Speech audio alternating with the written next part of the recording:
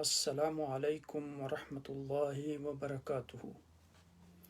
الحمد للہ نحمده ونستعینه ونستغفره ونتوب الیہ ونعوذ باللہ من شرور انفسنا ومن سیئات اعمالنا من یهده اللہ فلا مضل له ومن یضللہ فلا ہادی له ونشهد ان لا الہ الا اللہ وحده لا شريك له الملك وله الحمد وهو على كل شيء قدير والصلاة والسلام على رسول الله صلى الله عليه وسلم وعلى آله وبارك وسلم الذي بلغ الرسالة وأدى الأمانة ونصح الأمة وكشف الغمة وجاهد في الله حق جهاده حتى أتاه اليقين اللهم اجعل القرآن ربيع قلوبنا وارزقنا تلاوته آناء الليل وأطراف النهار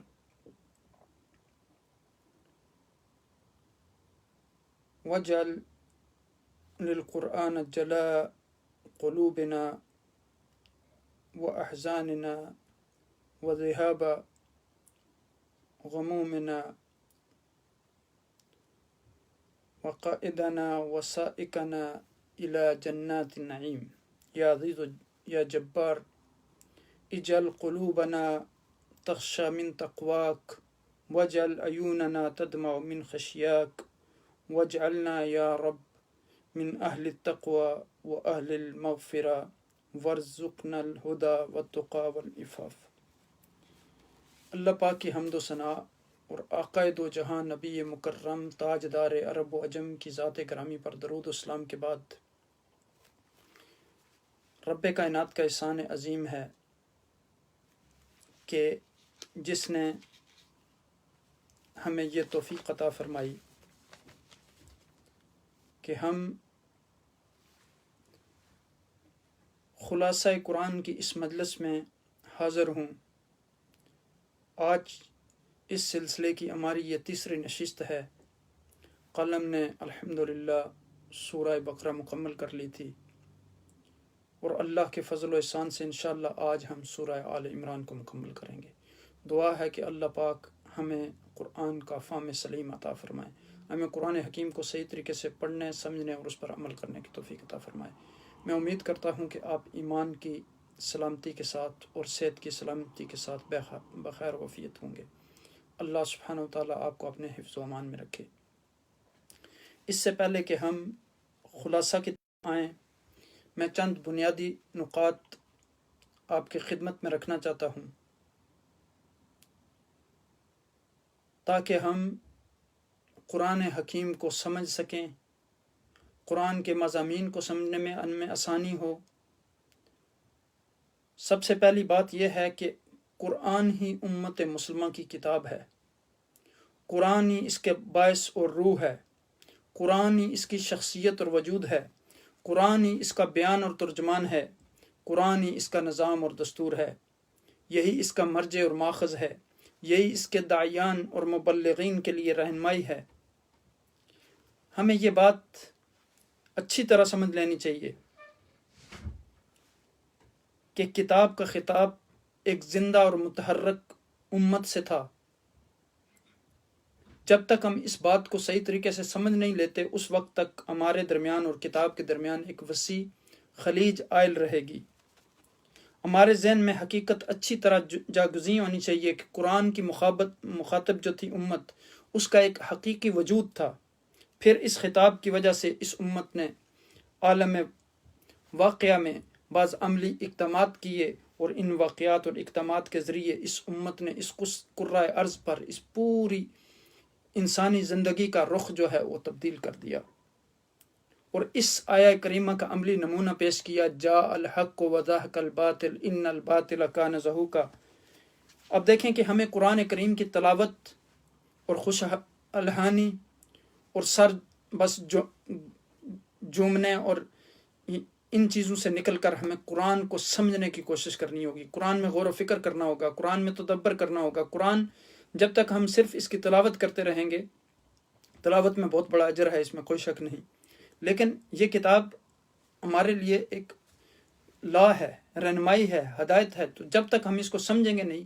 آپ دیکھیں کہ آپ کے پاس ٹیکسٹ میسج آتا ہے سوشل میڈیا پہ، ٹویٹر ہے اور واٹس ایپ ہے اور ایمو ہے اور کتنی ایپس ہیں، تو آپ جو ہی صبح اٹھتے ہیں تو سب سے پہلے آپ کو فکر ہوتی ہے کسی کا میسج آیا ہوگا.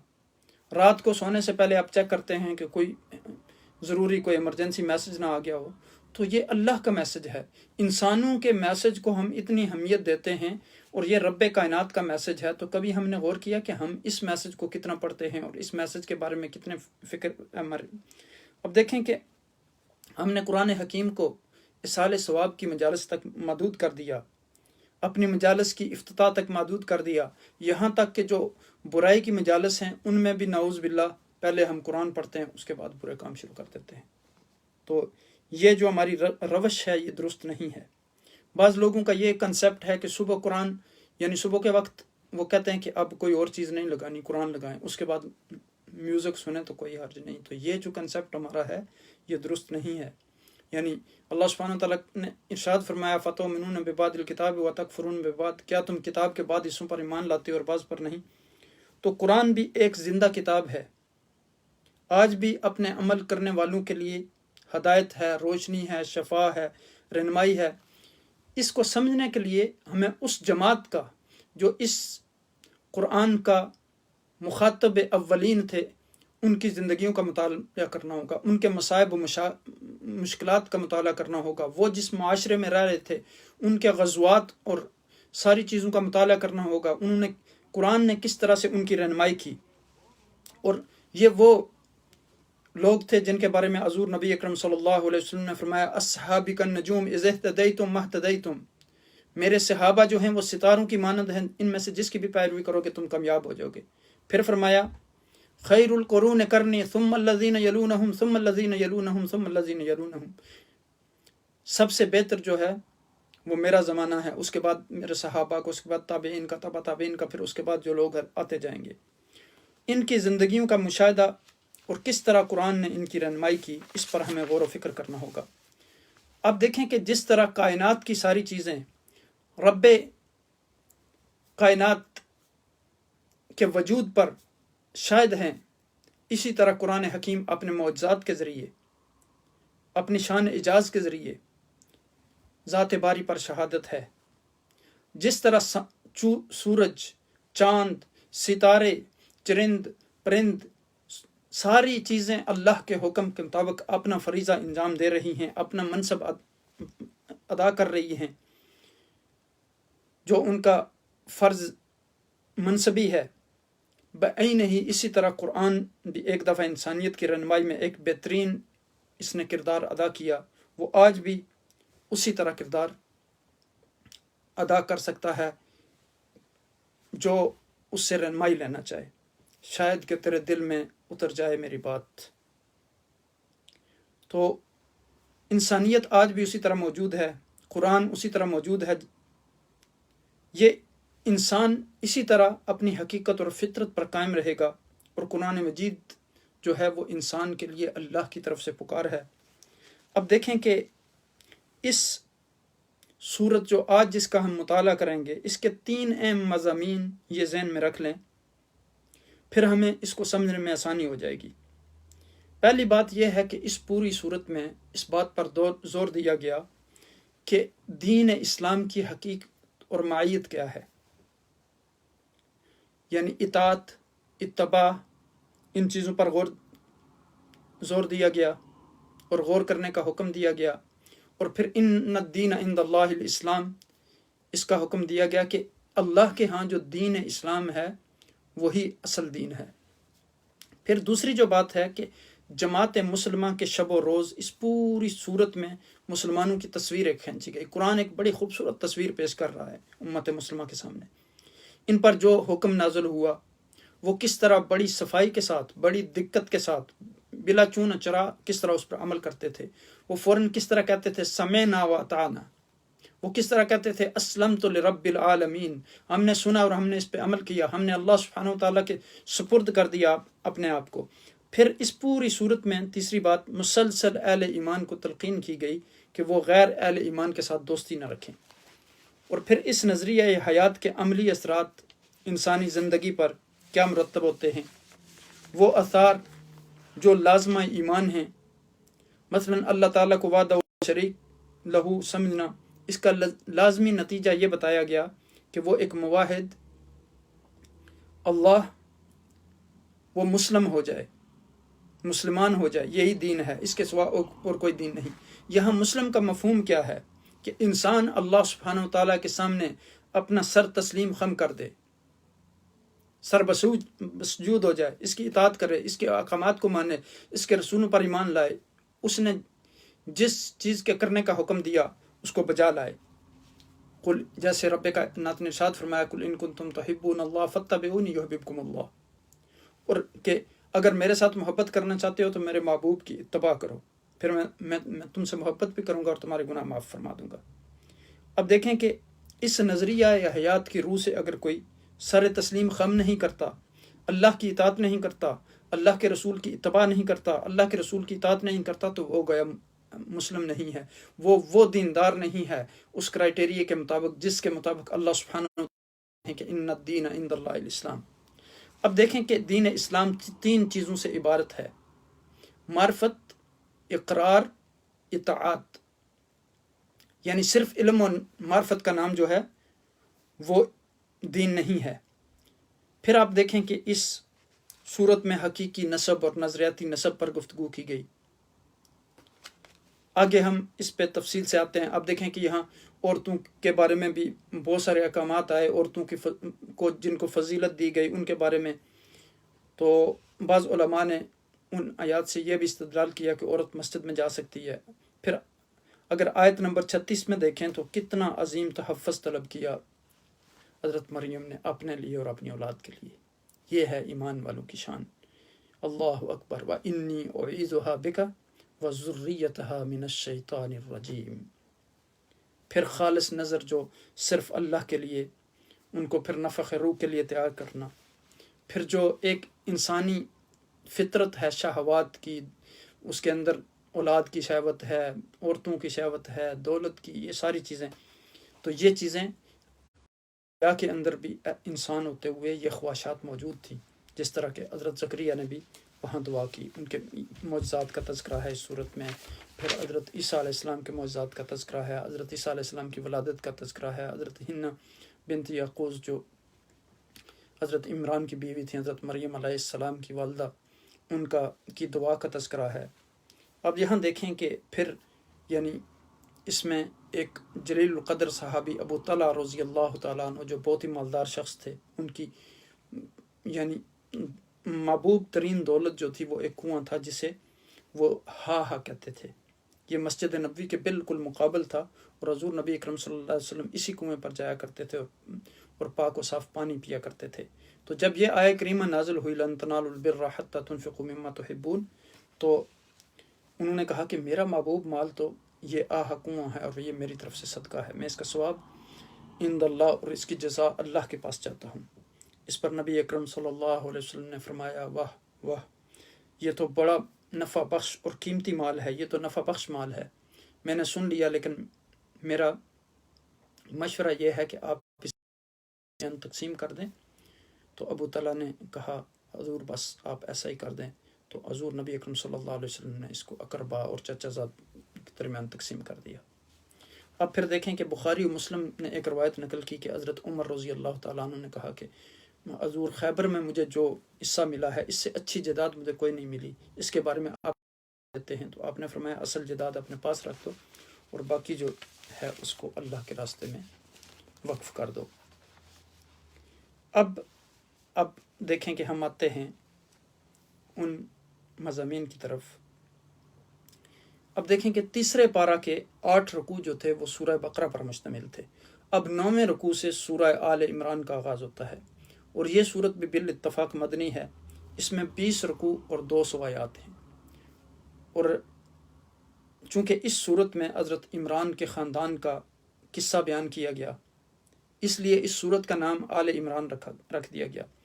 اس کی فضیلت کے بارے میں صحیح مسلم میں حضرت امامہ رضی اللہ تعالیٰ عنہ سے روایت ہے کہ میں نے رسول اللہ صلی اللہ علیہ وسلم کو فرماتے ہوئے سنا، 2 روشن صورتیں سورہ بقرہ اور آل عمران پڑھا کرو۔ اور اس صورت کی تقریباً 80 آیات جو ہیں وہ اس وقت نازل ہوئیں جب نجران کے عیسائیوں کا ایک وفد حضور نبی صلی اللہ علیہ وسلم کی خدمت میں حاضر ہوا، اور اس نے بعض آیات جس میں کلمات اللہ استعمال کیا گیا اور روح اللہ، ان کو غلط استدلال کر کے حضور نبی اکرم صلی اللہ علیہ وسلم کے ساتھ مباحثہ کیا، نعوذ باللہ حضرت عیسیٰ علیہ السلام اللہ کے بیٹے ہیں۔ تو یہاں اس صورت میں اس کا رد کیا گیا، اور پھر اس صورت میں محکمات اور متشابہات آیات بھی ہیں، اس پر گفتگو کرتے ہیں کہ اس کا معنی کیا ہے۔ پھر آپ دیکھیں کہ یعنی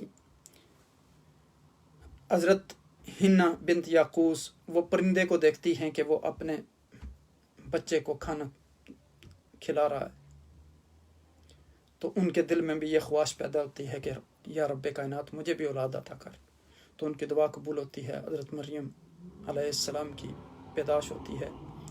پھر اسی طرح جب حضرت مریم کو قبول کیا جاتا ہے کل کی خدمت کے لیے، وہاں جب حضرت زکریا کو ان کا کفیل بنایا جاتا ہے، حضرت زکریا وہاں جاتے ہیں، جب دیکھتے ہیں کہ ان کو طرح طرح کا رزق ملتا ہے تو ان سے پوچھتے ہیں اے انا لکی ھذا یا مریم انا لکی ھذا قالت هو من عند اللہ، پوچھا کہ یہ کہاں سے رزق آتا ہے، یہاں تو کوئی بنی بشر نہیں آتا، یہاں کوئی چیز نہیں ہے، تو فرمایا کہ یہ اللہ کی طرف سے ہے، وہ جسے چاہتا ہے بغیر حساب کے رزق دیتا ہے۔ پھر یعنی حضرت زکریا علیہ السلام کے دل میں بھی خواہش پیدا ہوئی، انہوں نے بھی دعا کے لیے ہاتھ اٹھائے، هنالک دعا زکریا، سوچا کہ وہ رب جو اس کو رزق دیتا ہے تو مجھے بھی تو وہ عطا کر سکتا ہے، فرمایا هنالک دعا زکریا ربہ قال رب هب لی من لدنک ذریۃ طیبہ انک سمیع الدعاء، تو اب کہا کہ یا اللہ تم اپنے پاس سے مجھے بھی اولاد عطا کر دے۔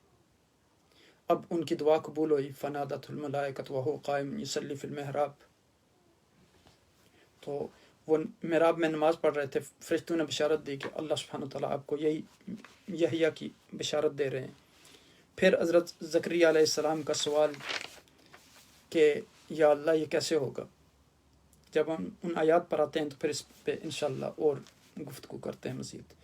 پہلے ایک سکیچ ہم اپنے ذہن میں رکھ لیں۔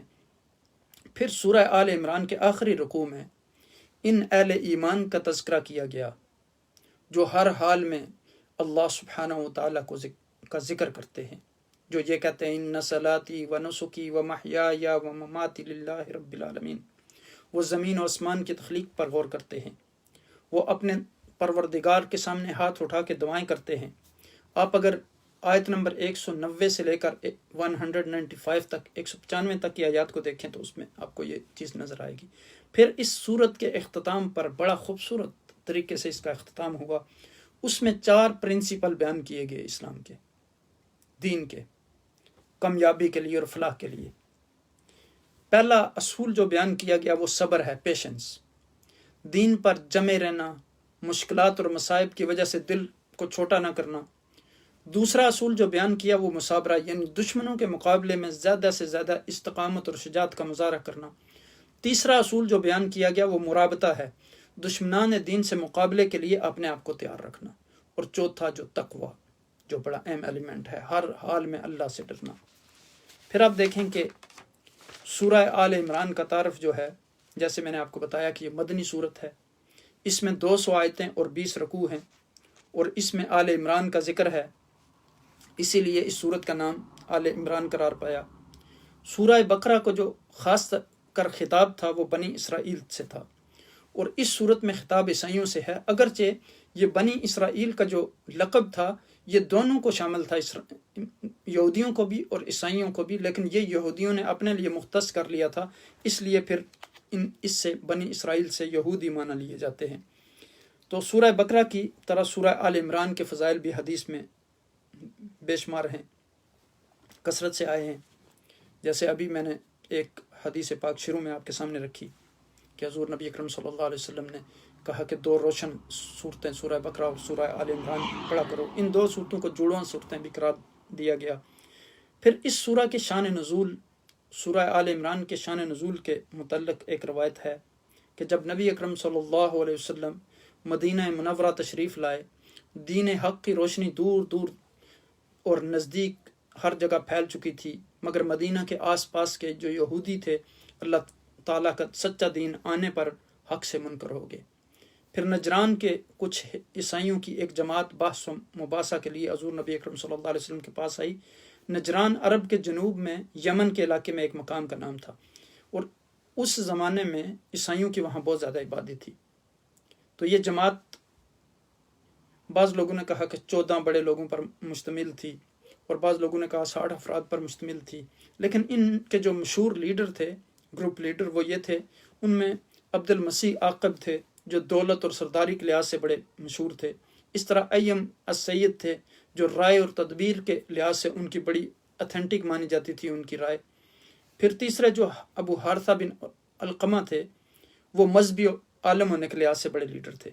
اور یہ تیسرا شخص جو تھا، یہ اصل میں عرب کے مشہور قبیلہ بنی بکر بن وائل سے تعلق رکھتا تھا۔ اب روم کے بادشاہوں نے جب اس مذہبی علمیت، بزرگی اور شرافت کو دیکھتے ہوئے انہوں نے اس کی بہت زیادہ عزت و تکریم کی، بہت سامان اور زر خرچ کر کے گرجے تعمیر کیے، اور اسے مذہبی ڈپارٹمنٹ کا جو ہے انچارج بنا دیا، اعلیٰ عہدے پر مقرر کر دیا۔ یہ لوگ مدینے پہنچے اور حضرت صلی اللہ علیہ وسلم سے مفصل گفتگو کی، اور جیسا میں نے آپ کو بتایا کہ انہوں نے نعوذ باللہ حضرت عیسیٰ علیہ السلام کے بارے میں کہا کہ وہ اللہ کے بیٹے ہیں۔ پھر یہاں اس صورت میں اہل کتاب کو دعوت دینے کے قرآن مجید کی اس مبارک صورت میں اہل کتاب کو اتحاد و تعاون کی اپیل بھی کی گئی، اور مسلمانوں کے ساتھ ایک دوسرے معاملات میں شریک کار نہیں ہو سکتے تو کم از کم توحید، تعالوا الی کلمۃ سواء بیننا و بینکم اللہ نعبد الا اللہ، کہ آؤ ہم اس نقطے پر جمع ہو جائیں کہ اللہ کی عبادت کریں، توحید کے نقطے پر، اور اس کی تبلیغ اور اشاعت میں مل جل کر کام کریں۔ یہ سب کا متعدہ مقصد ہے، اور جب اصل توحید پر یہ لوگ آ جائیں گے تو رسالت محمدی صلی اللہ علیہ وسلم کی صداقت بھی تسلیم کرنے پر مجبور ہو جائیں گے۔ اب دوسری بات یہ ہے کہ سب انبیاء کی دعوت جو ہے وہ ایک ہی ہے۔ تمام انبیاء علیہ السلام دنیا میں ایک ہی مقصد لے کر آئے، اور وہ تھا کہ لوگوں کو مخلوق کی عبادت سے ہٹا کر اللہ کی طرف متوجہ کرنا، اور حضور نبی اکرم صلی اللہ علیہ وسلم نے وہ طریقہ بتایا کہ کس طرح اللہ کے قریب ہم ہو سکتے، اور آپ کی امت کو امت خیر کے لقب سے شرف و کمال کی جو مالک ہے۔ چنانچہ اس بیان کے ساتھ ہی دنیا کی اس آخری امت کے اس فرائض اور اس کو ذمہ داریاں جو ہے وہ سونپ دی گئیں، اور آگاہ فرما دیا گیا کہ یہ آپ کی ذمہ داریاں ہیں، اور بتلایا گیا کہ یہ قوم اس طریق سے گریز کرے گی اگر، تو پھر اس کا بھی وہی حال ہوگا جو بنی اسرائیل کا ہوا۔ اب اسلامی تاریخ کے اہم واقعات اس صورت میں آئے۔ سورہ آل عمران کے آخری حصے میں اسلامی تاریخ کے 2 اہم واقعات، ان کے اسباب اور نتائج کا تجزیہ کیا گیا، یعنی غزوہ بدر اور احد جو 2 اور 3 ہجری میں پیش آئے۔ پھر سورہ آل عمران کا یہ حصہ خاص طور پر توجہ سے مطالعہ کے قابل ہے تاکہ فتح و شکست ہر حال میں اللہ کے نیک بندوں کی سیرتوں کا ٹھیک ٹھیک اندازہ کیا جا سکے اور اس سے سبق لیا جا سکے۔ اور پھر دیکھیں کہ قرآن کی سب سے بڑی صورت، اس کا اختتام تیسرے پارے پر ہوا، سورہ بقرہ، اور جن مضامین پر وہ مشتمل تھی ان کا خلاصہ بہت کچھ ہم نے دوسرے پارے میں بیان کر دیا۔ اب تیسرے پارے کا آغاز عیسائیوں کے اس باطل عقیدے کی تردید سے ہوتا ہے، نعوذ باللہ کہ عیسیٰ علیہ السلام اللہ کے بیٹے ہیں۔ یہاں اچھی طرح واضح کر دیا گیا کہ عیسیٰ ابن اللہ نہیں ہیں بلکہ ابن مریم، وآتینا عیسیٰ ابن مریم البینات وایدناہ بروح القدس، اور وہ بھی دوسرے انسانوں کی طرح انسان ہیں۔ اس پارہ میں قرآن حکیم کی وہ آیت ذکر کی گئی جس میں رب ذوالجلال کی صفات بیان کی گئیں۔ یہ آیت جن الفاظ، معانی اور مطالب کو اپنے اندر سموئے ہوئے ہے، یہ آیت بہت ہی اہم ہے، اس لحاظ سے قرآن کریم کی اہم آیات میں شمار ہوتا ہے، اس لیے حدیث پاک میں اس کے بے شمار فضائل آئے ہیں۔ اور حضور نبی اکرم صلی اللہ علیہ وسلم نے فرمایا کہ جو شخص ہر نماز کے بعد آیت الکرسی کو پڑھتا ہے، اس کے اور جنت میں دخول کے درمیان صرف ایک چیز حائل ہو سکتی ہے، رکاوٹ بن سکتی ہے، اور وہ موت ہے۔ تو اس سے آپ اندازہ کر لیں اس صورت، اس میں اللہ سبحانہ و تعالیٰ کی صفات بیان کی گئیں۔ پھر اسی آیت کے متصل جو ریلیجیس فریڈم ہے اس کا ذکر کیا گیا، مذہبی آزادی کا، جس کی نقالی اہل یورپ آج کر رہے ہیں اتنے 100 برس گزر جانے کے بعد۔ پھر زندگی اور موت کے فلسفے کو دو بڑی اہم ایگزامپلز دے کر اس کے نقوش امت مسلمہ کے ذہن میں اس انداز میں ذہن نشین کرائے گئے تاکہ وہ کبھی بھی مٹ نہ سکیں۔ پھر آگے انفاق فی سبیل اللہ کا حکم دیا کہ جان و مال کو اللہ کے راستے میں قربان کرنا، اس کی ترغیب اور اس کا اجر و ثواب، اور پھر ان اعمال میں اخلاص اور ریاکاری کے ساتھ خرچ کرنے کے نتائج پر روشنی ڈالی گئی، اور بتایا گیا کہ جو لوگ صرف ریا کے لیے اپنا مال اللہ کے راستے میں خرچ کرتے ہیں ان کا یہ عمل باطل ہو جاتا ہے، دکھاوا جو ہے وہ صدقے کو باطل کر دیتا ہے۔ تو یہ انسان خود جانتا ہے کہ وہ کس لیے کر رہا ہے۔ ہاں، اگر کوئی انسان کسی کو صدقہ ترغیب کے لیے دے رہا ہے کہ میں دوں گا تو دوسرا شخص بھی دے گا، تو اس میں کوئی حرج نہیں ہے، لیکن ہر بندہ جانتا ہے کہ اس کی انٹینشن کیا ہے، نیت کیا ہے۔ اب پھر آگے خیرات کرنے کا طریقہ بتایا گیا کہ آپ اپنا مال اللہ کے راستے میں کس طرح خرچ کریں۔ پھر سود کی حرمت اور اس کے نقصانات اور اس کے مقابلہ میں قرض دینے کی ترغیب دی گئی، اور مقروض جو ہے اگر وہ تنگ دست ہے تو اس کو پھر کہا کہ مہلت دی جائے، یہ نہیں کہ آپ اس کے سر پہ سوار ہو جائیں۔ اب بیچارے کے پاس کچھ نہیں ہے تو کیا کرے گا، تو پھر آپ اس کو مہلت دیں، جیسے رب کائنات نے فرمایا کہ ان کان ذو عسرۃ فناظرۃ الی میسرۃ، پھر اس آپ کو کچھ مہلت دے دیں تاکہ جب تک اس کے پاس پیسے آ جائیں، تو اس پر بہت بڑا اجر ہے انسان کے لیے۔ پھر آپ دیکھیں کہ ایک بڑا اہم اصول بیان کیا گیا جو آج ہمارے معاشرے میں اکثر لڑائیاں، اکثر جھگڑے، اکثر فسادات، اکثر قتل و غارت اسی کی وجہ سے ہوتی ہے، اور وہ یہ ہے کہ جب ہم کوئی آپس میں لین دین کا معاملہ کرتے ہیں تو اس کو لکھتے نہیں ہیں، ریٹن ڈاکومنٹ نہیں ہوتا۔ ہم کہتے ہیں کہ یہ میرا بھائی ہے تو اس کو بھائی کو دے دیں پیسے، ٹھیک ہے، بھائی ہے نا میرا، فلاں میری بہن ہے، ٹھیک ہے، فلاں میرا ماموں ہے، چچا ہے، اور جب وہ لینے کا وقت آتا ہے تو پھر وہ لوگ انکار کر دیتے ہیں، پھر لڑائیاں جھگڑے شروع ہو جاتے ہیں۔ اس لیے رب کائنات نے یہاں کہا کہ لین دین میں ٹھیک طریقے سے اپنا ساری چیزیں ریٹن کر لو، لکھ لو، ان کو ایک ڈاکومنٹ تیار کر لو، اس کا حکم اور رین رکھنے کی اجازت بھی دی گئی۔ اور پھر ان سب احکامات پر عمل درآمد کے سلسلہ میں توحید، رسالت اور آخرت کے بنیادی عقائد کا ذکر کیا گیا، اس پر زور دیا گیا کہ یہ دین اسلامی کے نہایت اہم ستون ہیں، پلرز ہیں۔ پھر انسان کو اللہ تعالیٰ نے اتنے ہی احکامات دیے جتنے احکام پر اس کے اندر عمل کرنے کی صلاحیت اور اہلیت رکھ دی ہے، لا یکلف اللہ نفسا الا وسعها۔ پھر جس طرح بے شمار آیات میں رب کائنات نے بڑے واضح انداز میں فرمایا کہ ما جعل علیکم فی الدین من حرج، اللہ تو تنگی نہیں چاہتے، اور یرید اللہ بکم اليسر ولا یرید بکم العسر ولتکملوا العدۃ ولتکبروا اللہ علی ما ھداکم ولعلکم تشکرون۔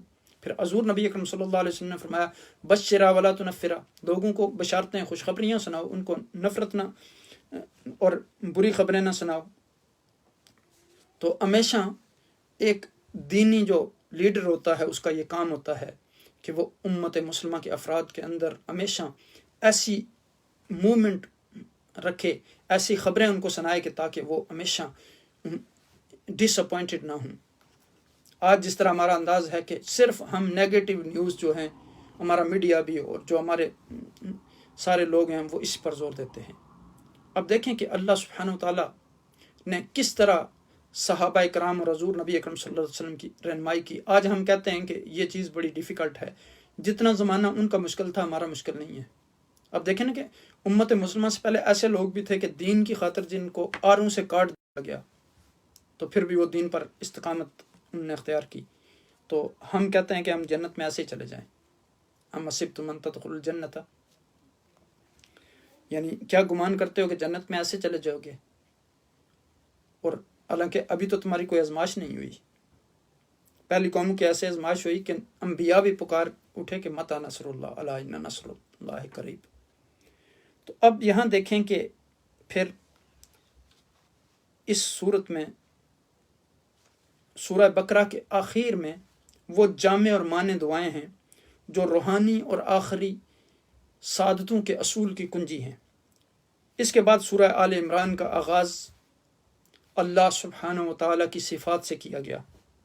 اس صورت میں دوسری آسمانی کتابوں کی تصدیق، محکم اور متشابہ آیتوں کا فرق، دنیا کی محبت نہ کرنے کی تاکید، آخرت کے یقین کی ضرورت، عزت و ذلت کے سرچشمے کی نشاندہی، مومنین کی دوستی اور کافروں سے دوستی سے اجتناب کا حکم، رسول اللہ صلی اللہ علیہ وسلم کی اطاعت اور اتباع پر اللہ کی محبت کا موقوف ہونا، انبیاء بنی اسرائیل کا ذکر، حضرت مریم علیہ السلام کا واقعہ، پھر ابن مریم کی معجزانہ پیدائش کی تفصیل حضرت عیسیٰ علیہ السلام کی، پھر عیسائیوں سے دعوت مبالہ، اہل کتاب کو دعوت اتحاد، حضرت ابراہیم علیہ السلام کے مسلم حنیف ہونے کی شہادت، ان کی یہودیت یا نصرانیت کی تردید، انبیاء کا عہد اور تعلیم میں نبوت، ان سب مضامین کی حکیمانہ انداز میں وضاحت کی گئی۔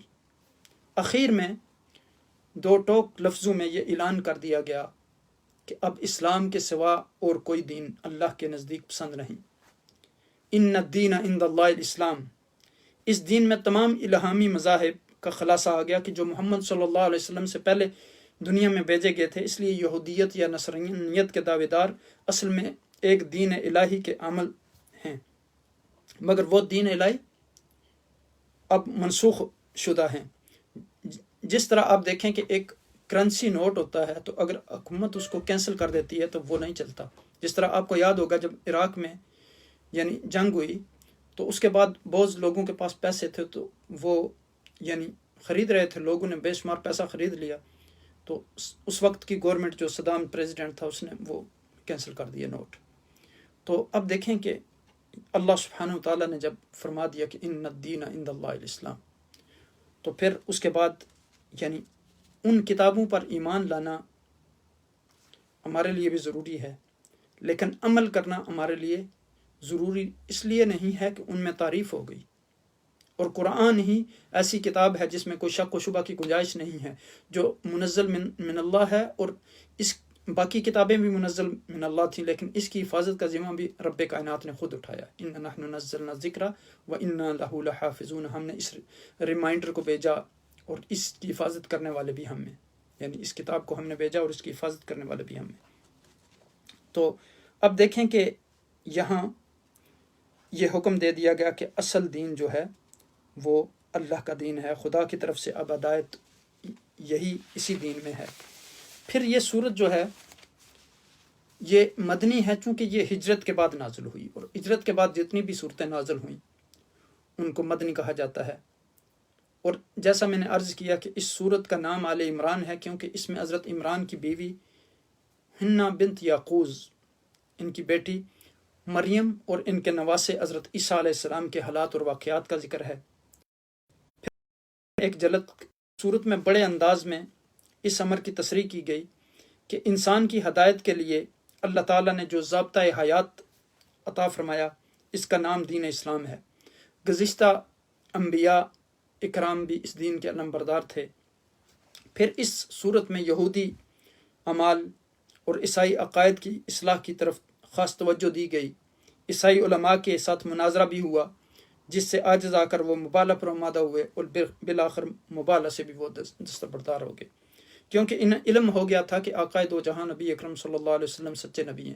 آپ کو پتہ ہے کہ ان کی کتاب میں یہ سارا کچھ موجود تھا، لیکن وہ صرف دنیاوی مفادات کی خاطر یہ سارا کچھ اللہ کی کتاب میں تبدیلی بھی کرتے تھے، آیات کو تبدیل کرتے تھے، دنیاوی مفادات کے لیے مسئلے بھی ان کی یعنی جو امیر لوگ تھے ان کی مرضی کے مطابق ان کو راضی کرنے کے لیے ایسے مسئلے بتاتے تھے، اور پھر ان چیزوں کو اللہ کی طرف منسوخ کرتے تھے۔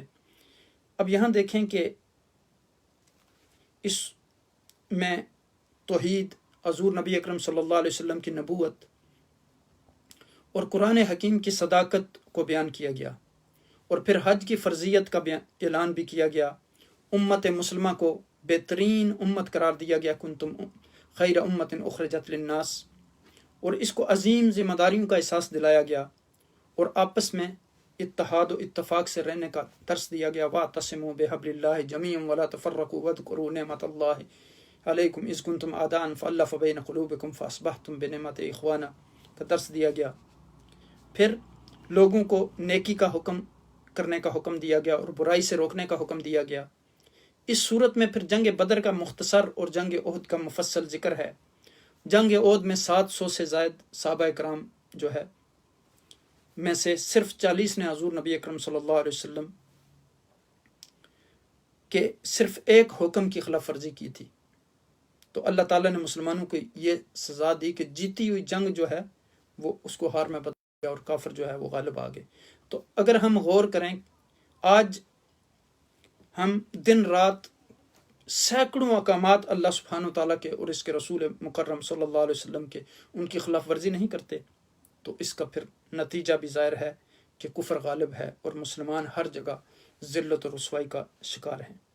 اس تکلیف دہ صورت سے نجات کے لیے ضروری ہے کہ ہم اپنی انفرادی اور اجتماعی زندگیوں میں انقلاب پیدا کریں، تبدیلی لائیں اور اپنی زندگی کو قرآن کے سانچے میں ڈالیں، احکام اسلام پر عمل کریں، ایمان کے تقاضے پورے کریں، جیسا کہ اللہ تعالیٰ نے فرمایا وَلَا تَهِنُوا وَلَا تَحْزَنُوا وَأَنْتُمُ الْأَعْلَوْنَ إِن كُنتُم مُؤْمِنِينَ، نہ ہمت نہ ہارو، غم نہ کرو، تم ہی غالب رہو گے اگر تم مومن ہو۔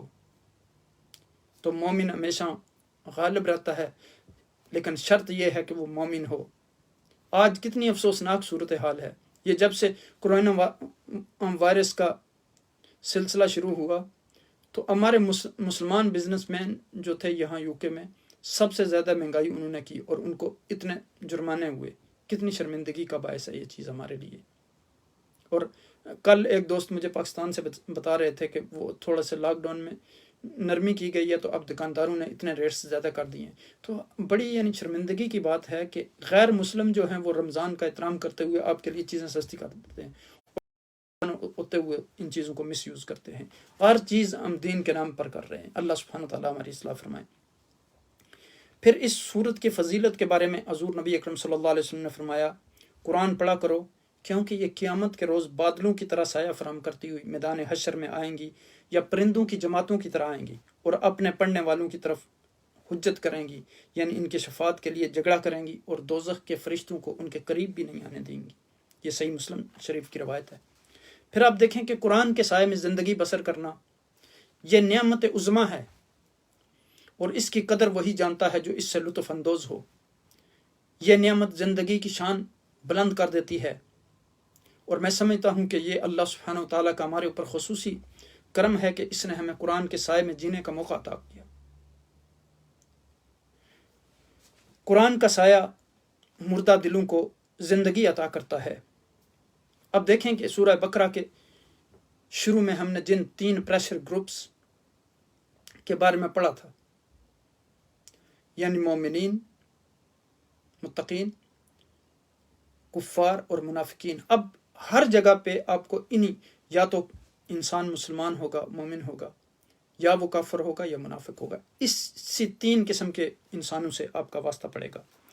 تو اب دیکھیں کہ قرآن مجید کی نقشہ کشی کے دوران ہم قرآن مجید کی تعبیری خصوصیات، یعنی اس کا جو سٹائل آف ایکسپریشن ہے، وہ بھی ہمیں معلوم ہوتا ہے۔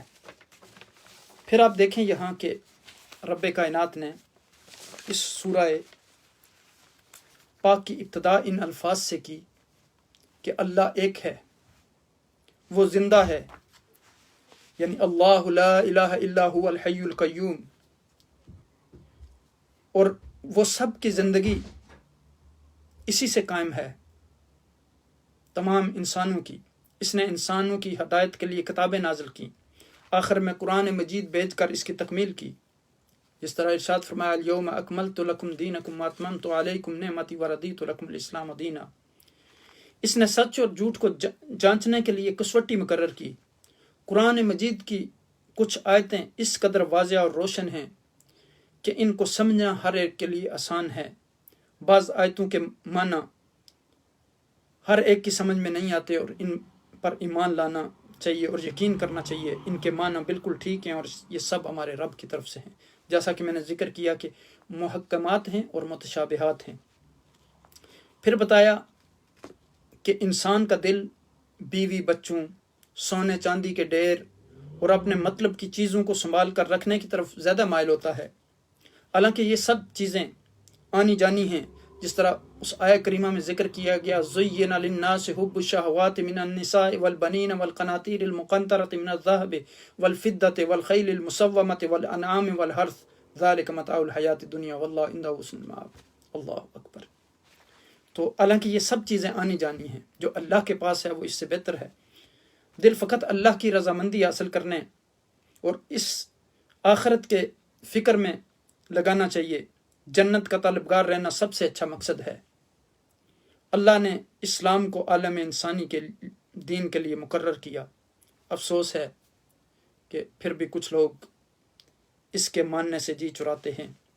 اس کے بعد حضرت مریم علیہ السلام کی پیدائش اور ان کی پرورش، اور حضرت عیسیٰ کی پیدائش، ان کے ذریعہ قوم کی اصلاح کی کوشش، ان کے معجزات وغیرہ کا ذکر ہوا۔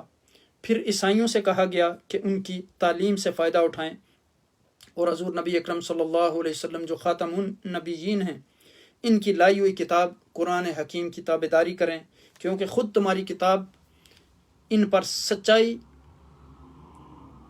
کی گواہ ہے، یعنی وہ اس کی صداقت پر دلیل ہے کہ قرآن سچی کتاب ہے، تورات۔ ساتھ ہی فرمایا کہ حضرت ابراہیم علیہ السلام یہودی تھے، نصرانی تھے، بلکہ وہ مسلم تھے۔ اس کے بعد یہود و نصارہ کو ایک بہت اہم پیغام دیا گیا کہ ایک دوسرے کی غلامی چھوڑ دیں اور اللہ تعالیٰ کے سامنے اکٹھے ہو کر جھک جائیں۔ اگر وہ اس پیغام کو نہ مانیں تو پھر مسلمان اس کو گرہ میں باندھ لیں اور ان اصولوں کو اتفاق کے ساتھ مضبوطی سے پکڑ لیں۔ وَاعْتَصِمُوا بِحَبْلِ اللَّهِ جَمِيعًا وَلَا تَفَرَّقُوا۔ آپس میں تفرقہ نہ کریں، آپس میں لڑنا جھگڑنا چھوڑ دیں، یوں وہ سارے امتیوں سے بہترین امت بن جائیں گے۔ انہیں دیکھ کر اور لوگ برائیوں سے بچیں گے، نیک کام کریں گے۔ پھر مسلمانوں کو جنگ بدر کی طرف توجہ دلائی کہ اس میں ان کی کامیابی خدا کی شان کا ایک زبردست کرشمہ تھی۔ اللہ کی مدد کے بغیر اس میں کامیابی ناممکن تھی۔ اس کے بعد سود کی ممانعت اور حرمت، اس سے بچنے کا حکم دیا۔ سود سے بچنے کا حکم غالباً اسی وجہ سے آیا کہ جیسے اس جنگ میں کامیابی سے مسلمانوں کو فائدہ پہنچا، اس طرح سود کے چھوڑنے سے فائدہ پہنچے گا اور تمام انسانیت جو ہے وہ تباہی سے بچ جائے گی۔ اس کے بعد پھر جنگ احد کا ذکر کیا گیا۔ اس میں جو کچھ نقصان ہوا اس کی وجہ یہ تھی کہ رسول اللہ صلی اللہ علیہ وسلم کا حکم پورے طور پر مانا نہیں گیا۔ پھر منافقین طرز عمل کی برائی بیان کی گئی جو انہوں نے جنگ میں اختیار کیا، اور اس طرح وہ اسلام اور مسلمانوں کے نقصان کا موجب ہوئے۔ اس کے بعد مسلمانوں کو ہدایت فرمائی کہ یہود و نصارہ کا طریق زندگی غلط اور قابل اعتراض ہے، وہ اس کی پیروی نہ کریں۔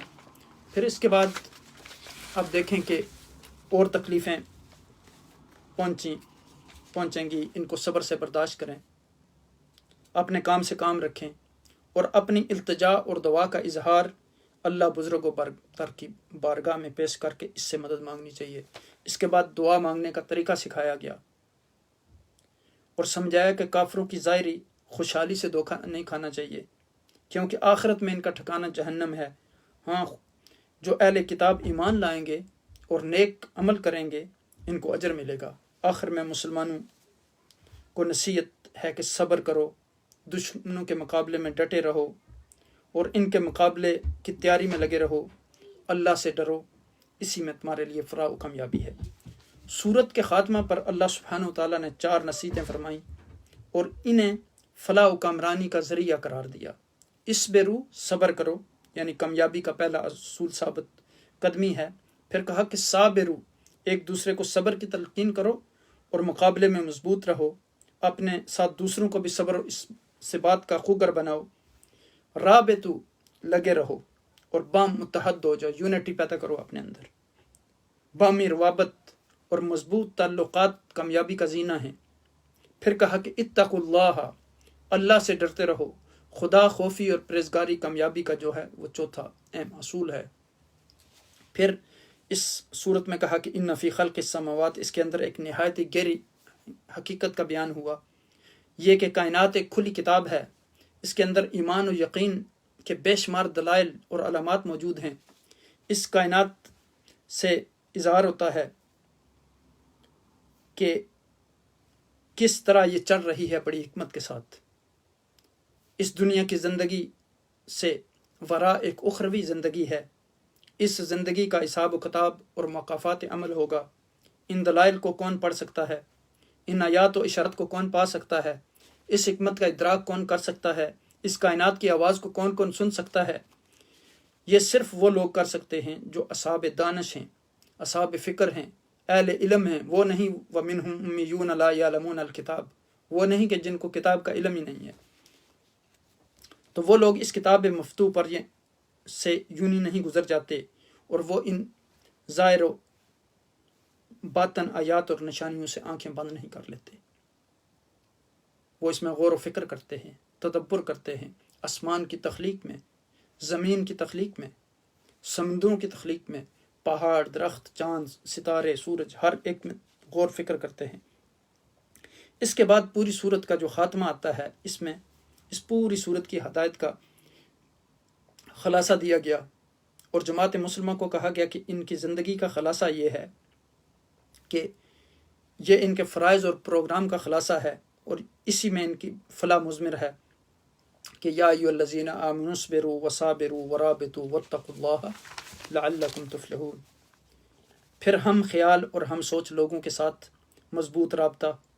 پھر اس میں آپ دیکھیے کہ کچھ عوامل کا ذکر کیا گیا کہ ہم انسان کو بھٹکانے یا رستے اٹانے کا ذریعہ بن سکتے ہیں۔ ان میں سے خاص طور پر قرآن حکیم کی آیات محکمات اور متشابہات کا ذکر ہے۔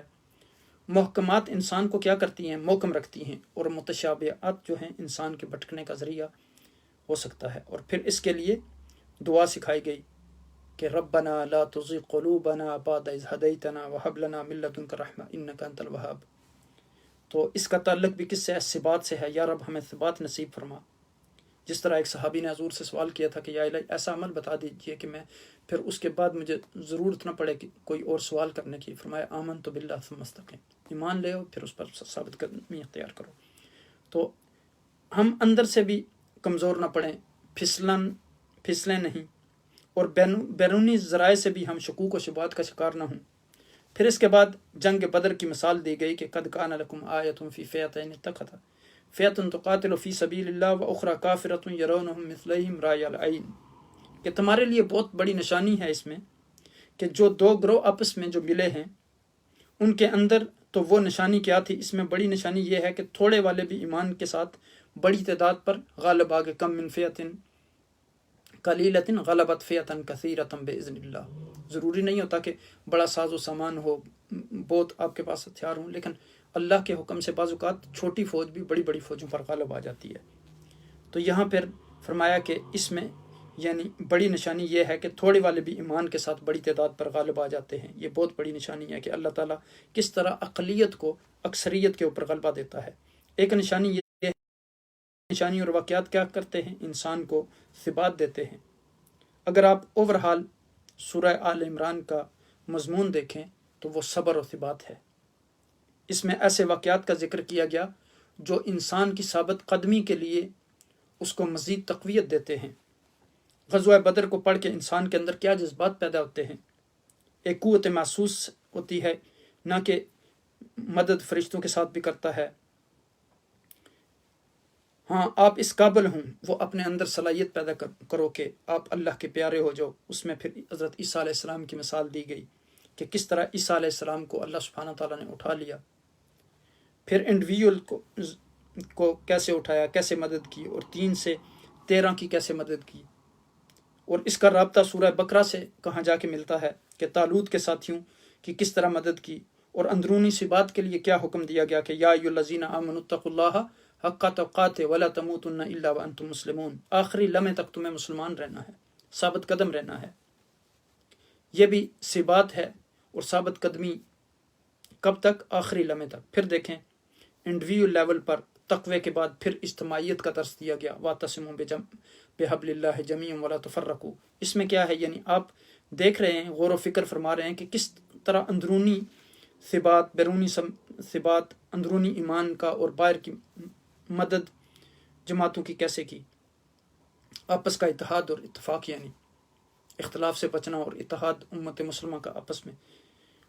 پھر آپ دیکھیں کہ اللہ سبحانہ تعالیٰ نے افراد کی کیسے مدد کی، اور گروہوں کی اور جماعتوں کی کیسے مدد کی۔